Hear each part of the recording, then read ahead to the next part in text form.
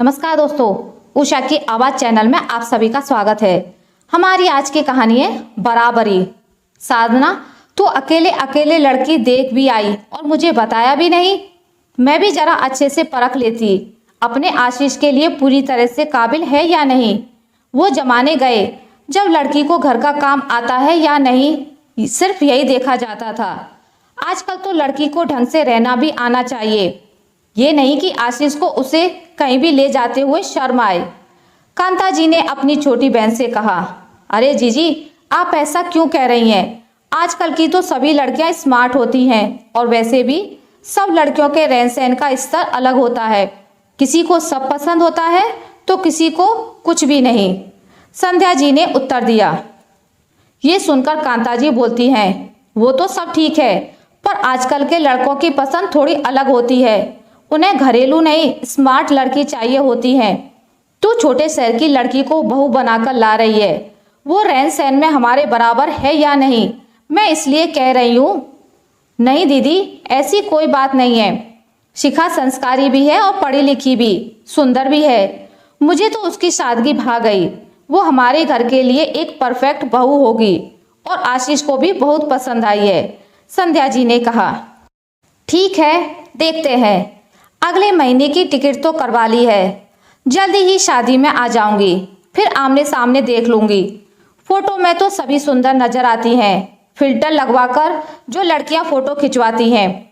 कांता जी ने अपनी बात खत्म करके फोन रख दिया। संध्या जी की बड़ी बहन कांता जी थोड़ी मॉडर्न ख्यालों की थी। उनके हिसाब से लड़की जो घर में बहू बनकर आती है वो पूरे परिवार के स्टेटस को भी दिखाती है। उसे भी ढंग से रहना आना चाहिए और मौजूदा जमाने के साथ में चलना चाहिए। अगले महीने संध्या जी के घर पर शहनाई बज उठी। सारे मेहमान आ चुके थे। लड़की वालों और लड़के वालों ने एक ही जगह होटल कर लिया था। वहीं पर दोनों के रिश्तेदार आ रहे थे। संध्या जी के ससुराल से और मायके से भी सब लोग आ चुके थे, पर उन्हें तो अपनी कांता जीजी का इंतजार था। कांता जीजी की फ्लाइट थोड़ी देर से आई।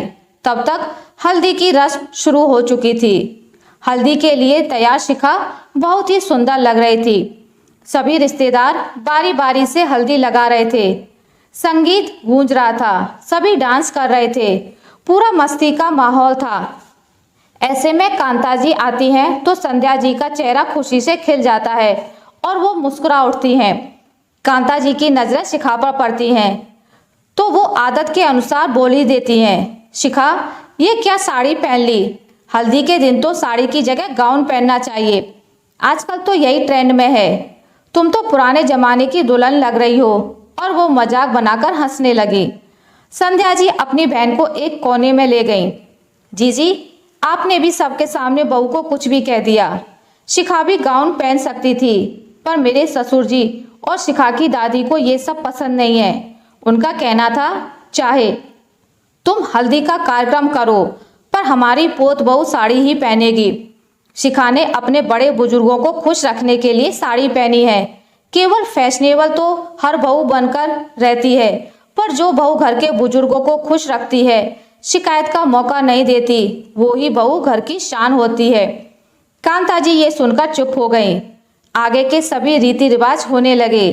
फिर वरमाला का समय आया। शिखा दुल्हन बनकर बहुत खूबसूरत लग रही थी।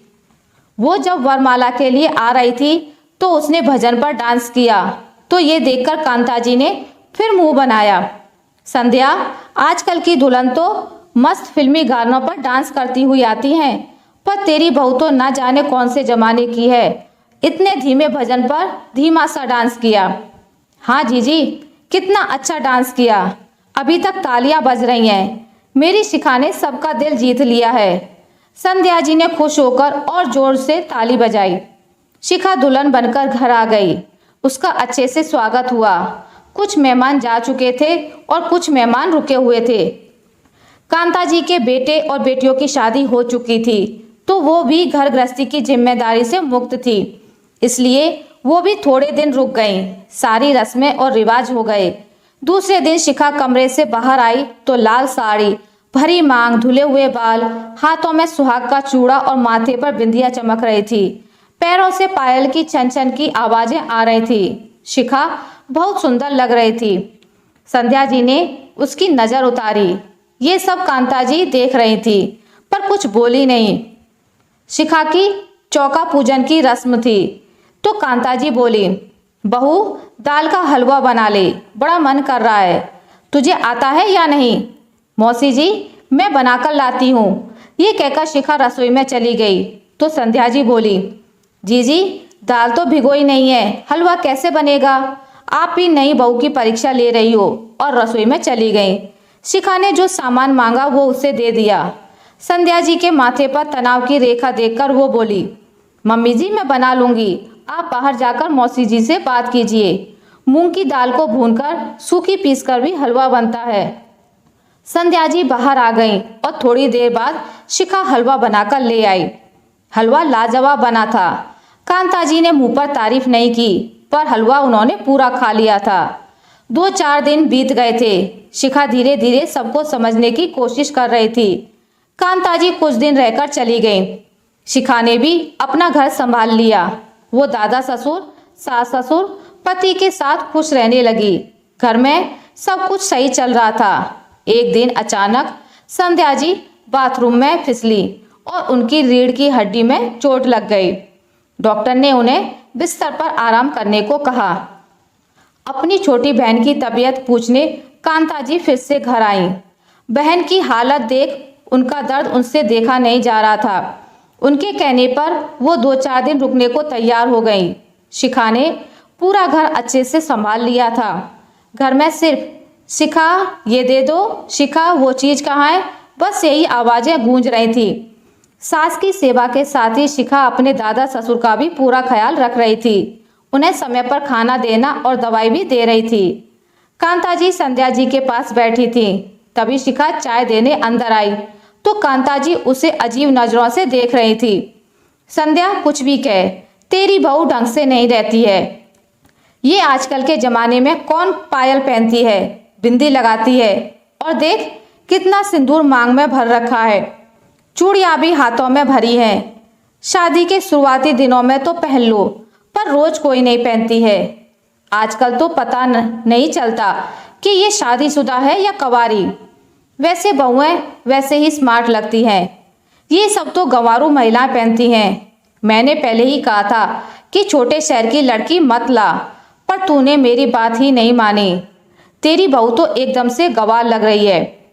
कांता जी आप मुझसे बड़ी हैं तो मैं आपका सम्मान करती हूँ, पर मैं ये बर्दाश्त नहीं करूँगी कि कोई मेरी बहू का अपमान करे। क्या सुहाग चिन्ह पहनने मात्र से कोई गंवारू हो जाता है? शिखा की आशीष से शादी हुई है तो इस नाते वो चूड़ियाँ पहनती है, पायल पहनती है, बिंदी लगाती है, मांग भरती है। इसमें गलत क्या है?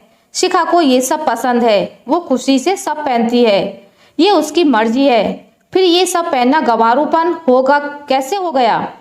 ये सब चीज़ें तो जीजी आप और मैं भी पहनते थे तो हम दोनों भी गंवार कहलाएंगे। अरे छोटी, मेरे कहने का मतलब है आजकल की पढ़ी लिखी लड़कियां ये सब नहीं पहनती हैं। अब मेरी ही बहू को देख ले, वो बिंदी नहीं लगाती है, कहती है निशान पड़ जाएगा। वो बिछिया और पायल नहीं पहनती है, कहती है वो जीन्स और जूते में उलझ जाएंगे।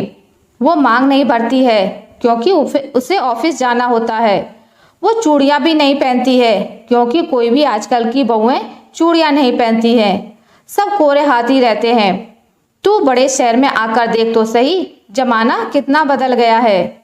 हाँ जीजी, जमाना बदल गया है, पर इतना भी नहीं बदला कि कोई भी पढ़ी लिखी लड़की शादी के बाद मांग नहीं भरवाए। मांग भरना और बाकी सुहाग चिन्ह पहनना ये सब मर्जी पर निर्भर करता है।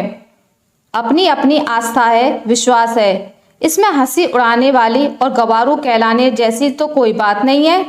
मैंने आपकी दोनों बहुओं को भी देखा है जो सुंदर दिखने के नाम पर चेहरे पर मेकअप तो कर लेती हैं पर बिंदी तक नहीं लगाएंगी, जो पाँवों में एक से बढ़कर एक जूते पहन लेंगी पर पायल और बिछिया नहीं पहनेंगी, जो हाथों में महंगी से महंगी घड़ी पहन लेंगी पर चूड़ी नहीं पहनेंगी। ये उनकी मर्जी है, ये उनकी इच्छा है। पर मैंने तो कभी आपकी बहू की हंसी नहीं उड़ाई, उन्हें कभी ताना नहीं मारा। जी शिखा चाहे छोटे शहर से है तो क्या हुआ, आजकल घर घर इंटरनेट है। मेरी बहू को हर चीज़ की पूरी जानकारी है। वो ऑनलाइन के साथ साथ ऑफलाइन भी सारे काम कर लेती है। वो ऑनलाइन शॉपिंग के साथ घर के सभी काम भी कर लेती है।